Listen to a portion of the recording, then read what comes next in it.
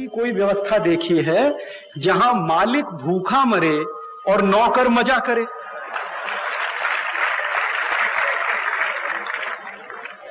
आप बताओ, दुनिया में कहीं आपने ऐसी व्यवस्था देखी कि मालिक तो भूखा मरे और नौकर मजा करे? आप अपने व्यापार में ऐसे किसी नौकर को रखेंगे? आप दुकान चलाते हैं, दुकान में ऐसा नौकर रखेंगे कभी कि नौकर मलाई खाए और मालिक भूखा मर जाए? तो जो देश का मालिक है, जिसको हम वोटर कहते हैं, देश का नागरिक कहते हैं, जो टैक्स देता है, लेजिटिमेट सिटीजन है, नेचुरल बॉर्न सिटीजन है, वो भूखा मर रहा है और हमारे देश के पुडारियों की पगार पे एक एक व्यक्ति पर 18 कोटी रुपए खर्च हो रहा है। फिर राष्ट्रपति की पगार तो 18 कोटी, उनके नीचे उपराष्ट्रपति, उनकी पगार का खर्च एक बरस का 13 कोटी। एक बार मैंने यह भी माहिती लेने की कोशिश की कि ये लोग काम क्या करते हैं, क्या काम करते हैं, आप पूछो क्या काम करते हैं उनसे। तो राष्ट्रपति का काम है कि लोकसभा से कोई फाइल जाती है उस पर सही करना। तो कितने दिन फाइल जाती है? बरस में 1 महीना बस। क्यों? बाकी दिन लोकसभा चलती ही नहीं, और चलती भी है तो वहां दंगल होता। लोकसभा तो अखाड़े से भी ज्यादा बुरी हो गई, क्योंकि अखाड़े में भी जो दंगल होता उसके नियम कायदे कानून, वहां तो कुछ नियम ही नहीं है, कायदे ही नहीं, कानून ही नहीं। कोई किसी की पैंट उतार रहा है, कोई किसी की खींच रहा है, कोई किसी की खींच रहा है, यही लगा रहता है लोकसभा। और कभी कभी तो ऐसी हालत होती है लोकसभा की कि वो बेचारा जो अपना अध्यक्ष है वो ठक ठक ठक ठक पीटता रहता, कोई किसी की सुनता ही नहीं। लगे हैं जिंदाबाद मुर्दाबाद, ऐसे जैसे गली के चौराहे पे जिंदाबाद मुर्दाबाद करते हैं वो सदन के अंदर। और जब राष्ट्रपति लोकसभा अध्यक्ष बहुत परेशान हो जाता है तो सदन को स्थगित कर देता। तो वो यही तो चाहते हैं कि सदन स्थगित होता रहे और पगार उनको बढ़ती रहे। तो सदन स्थगित हो जाता, फिर काम ही नहीं होता, और ऐसे दिवस लोकसभा में बहुत बर्बाद होते हैं।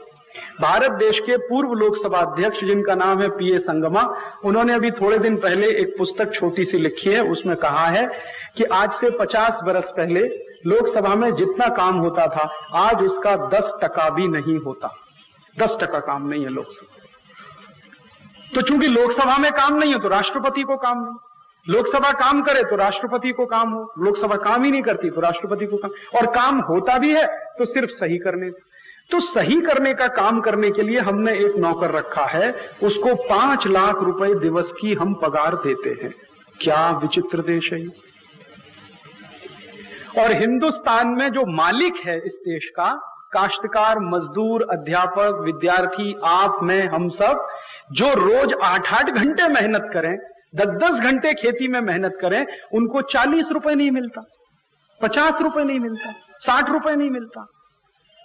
बेचारे 10-10, 15-15 रुपए पे काम करने को तैयार है। कल मैं उरन नाम के गांव में गया, वहां मेरे एक परिचित मित्र हैं निमाड़े से, मैं उनसे बात कर रहा था तो उन्होंने कहा, राजीव भाई हमारे गांव की तो परिस्थिति ऐसी है कि बहनें, महिलाएं पूरे दिवस खेत में काम करें तो भी 25 रुपए नहीं मिलता उनको। तो हमारे देश का काश्तकार दिवस भर खेती में काम करे, मर जाए तो उसकी पीठ टूट जाए, क्योंकि जब वो खेती करता है, धान की खेती करे तो उसकी पीठ टूट जाती है, झुके झुके झुके झुके धान की रोपाई करनी पड़ती है। वो काश्तकार को दिवस में 25 रुपए भी न मिले और राष्ट्रपति को सिर्फ सही करने के लिए दिवस का 5 लाख रुपए खर्च। ये व्यवस्था अपने देश में। और राष्ट्रपति महोदय जिस घर में रहते हैं वो घर कैसा? 350 कमरे एक घर में। शिवाजी महाराज का महल भी नहीं था ऐसा, तो 350 किसी राजा का महल नहीं था 350 कमरे। राष्ट्रपति के महल में 350 कमरे। मैंने एक दिन उनको कहा, मेरे कुछ मित्रों को जो पुडारी हैं, कि राष्ट्रपति 2 पति पत्नी हैं बस, एक पति और एक पत्नी, और तो कोई है नहीं घर में। तो ये 2 लोग 350 कमरे में रहते कैसे हैं? आप मुझे जरा ये समझो, कैसे रहते? कुछ हिसाब ही नहीं बैठता उसका।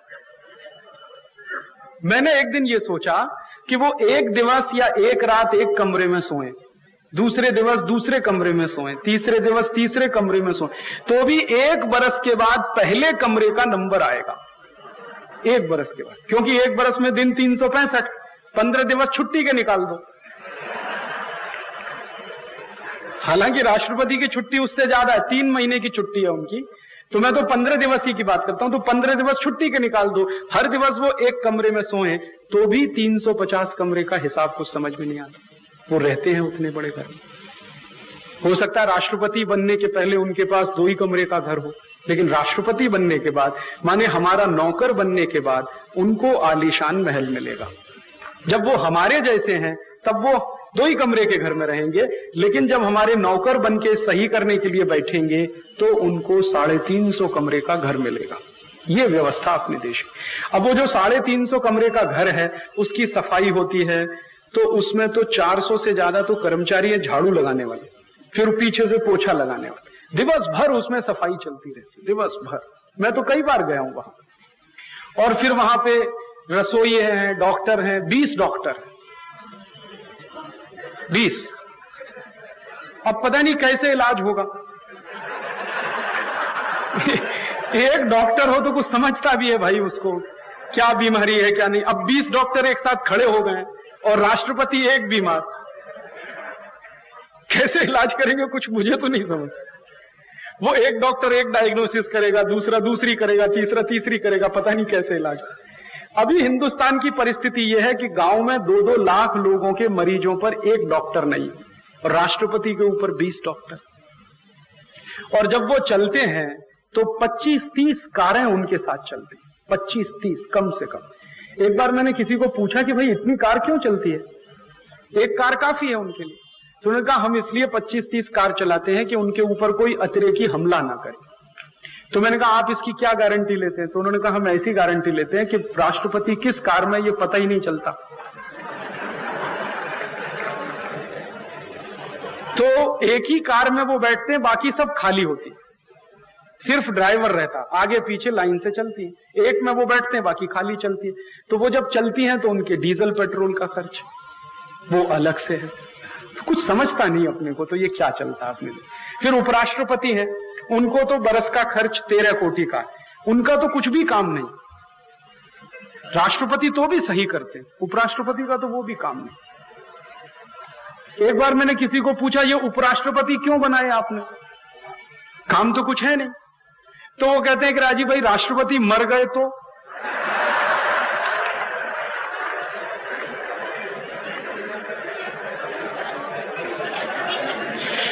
अब मैंने उनसे पूछा कि मर गए तो, मरे तो नहीं अभी तक। पिछले 50 वर्षों में ऐसा कभी हुआ नहीं कि राष्ट्रपति मरे और उपराष्ट्रपति को काम आया, वो होता ही नहीं है। तो अगले 100 वर्ष भी नहीं होगा, इसकी क्या गारंटी है। लेकिन पोस्ट बराबर चालू और खर्चा उनका बराबर, तो उनका खर्च है। फिर उपराष्ट्रपति के नीचे पंत प्रधान, उनका बरस का खर्च 11 कोटि का। फिर उसके नीचे मंत्री, 73 मंत्री हैं। 73 मंत्रियों में 36 मंत्री हैं जिनके पास कोई काम नहीं है। हाँ, मैं आपको सच बात बता रहा हूं। उपराष्ट्रपति के नीचे पंत प्रधान, उनका बरस का खर्च 11 कोटि का। फिर उसके नीचे मंत्री, 73 मंत्री हैं। 73 मंत्रियों में 36 मंत्री हैं जिनके पास कोई काम नहीं है। हाँ, मैं आपको सच बात बता रहा हूं। एक अंदर की बात बताता हूं, सरकार के अंदर की। जो 36 मंत्री हैं उन्होंने अभी एक एसोसिएशन बनाया, संगठन बनाया सरकार के अंदर। सरकार के अंदर आप समझते हैं संगठन बनता है वहां भी। उन्होंने क्यों बनाया? तो एक मंत्री को मैंने पूछा भाई आपने क्यों एसोसिएशन बनाया? तो उन्होंने कहा हमने प्रधानमंत्री को एक मेमोरेंडम दिया, ज्ञापन दिया। तो क्या बात का? कि हमको काम दो। काम ही नहीं है हमारे।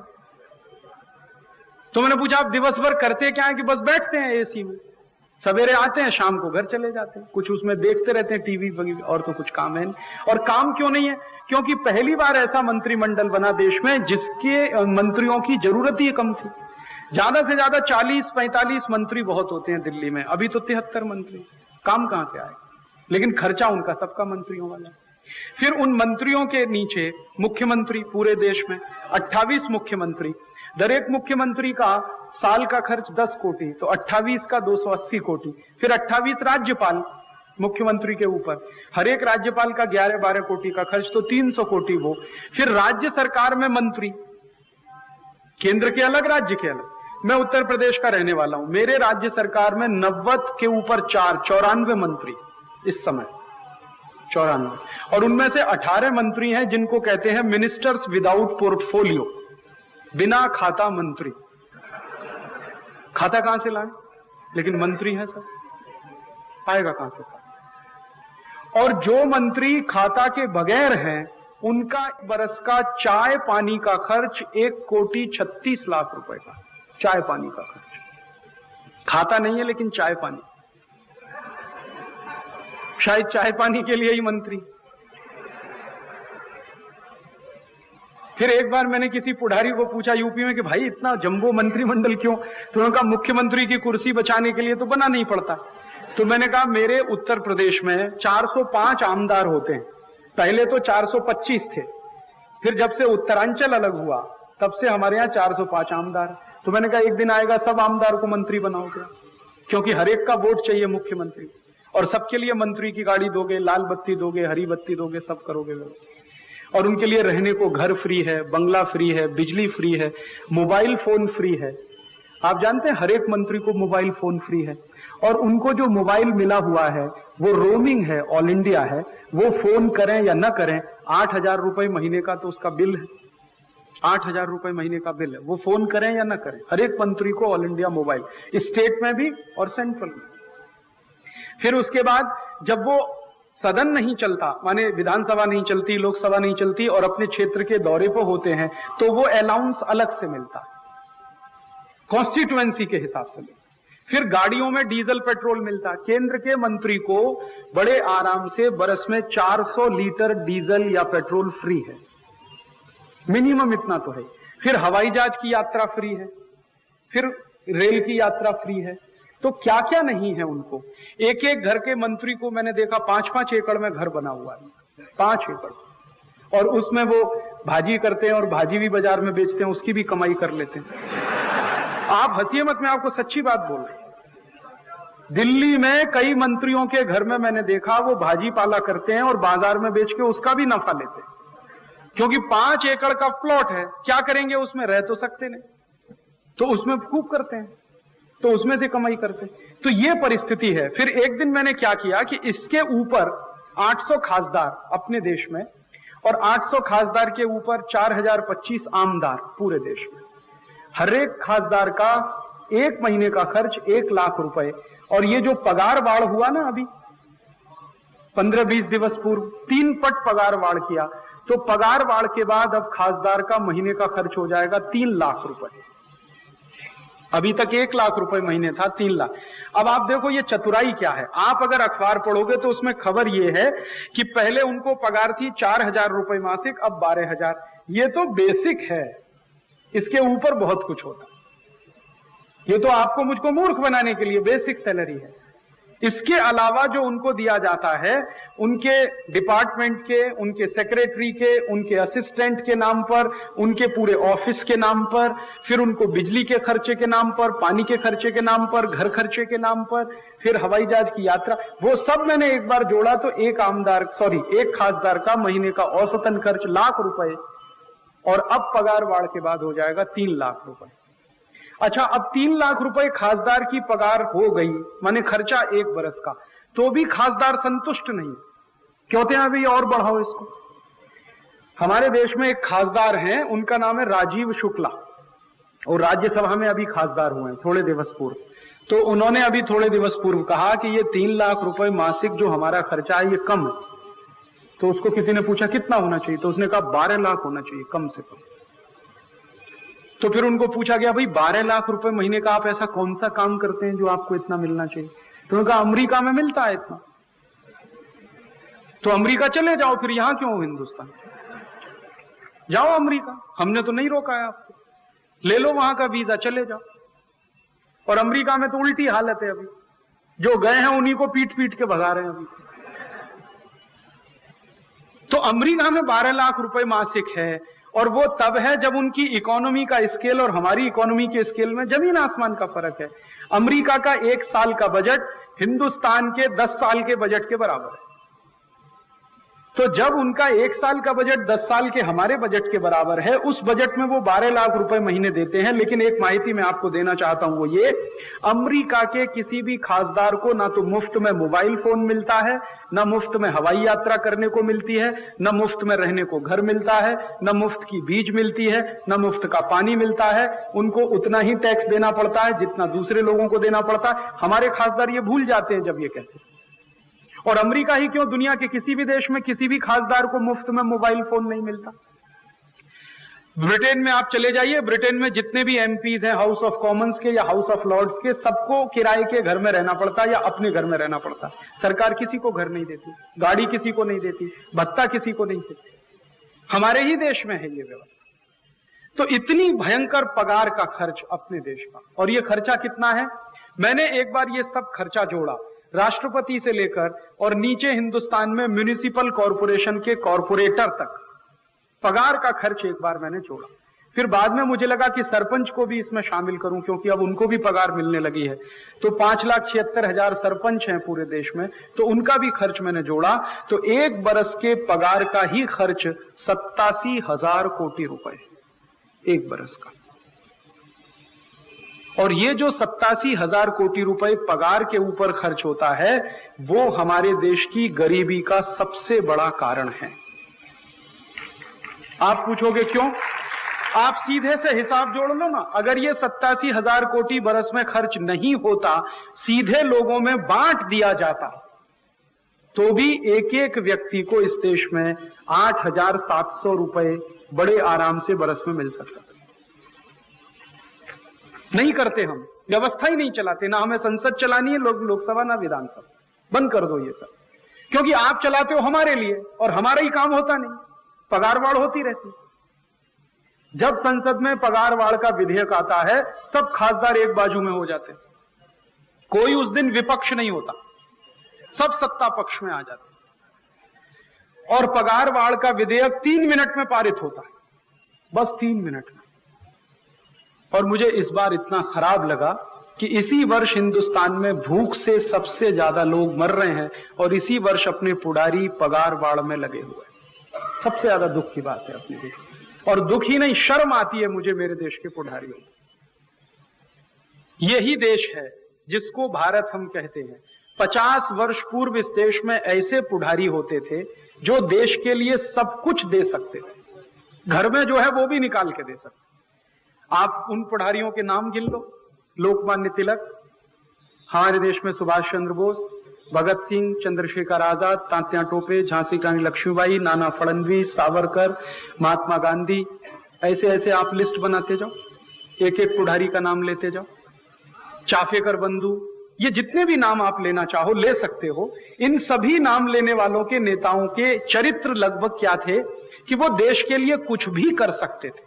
अपना घर देना हो तो घर दे सकते थे, बच्चों को दांव पर लगाना हो तो बच्चों को दांव पर लगा सकते थे, नौकरी छोड़नी हो तो नौकरी छोड़ सकते थे, धंधा छोड़ना हो तो धंधा छोड़ सकते थे, और किया है उन्होंने। आप जानते हैं सुभाष चंद्र बोस तो आईसीएस में टॉपर थे, और अंग्रेजों की सरकार में आईसीएस टॉप करना कोई मजाक बात नहीं थी।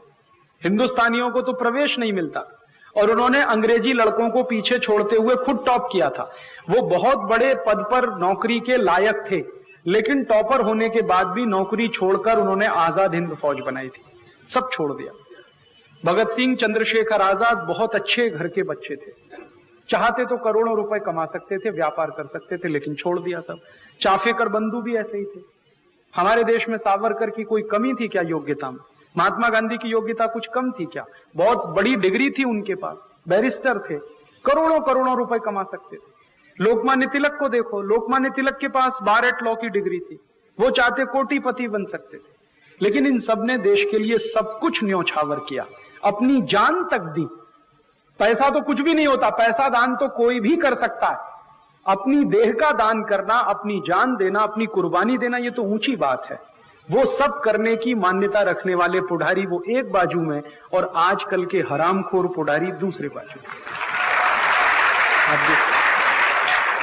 आजकल के पुडारियों को तो कहीं से मौका मिल जाए तो जोंक की तरह से चिपकते हैं, और खून जब तक अंतिम बूंद बाकी है आप में तब तक चूसते रहते हैं।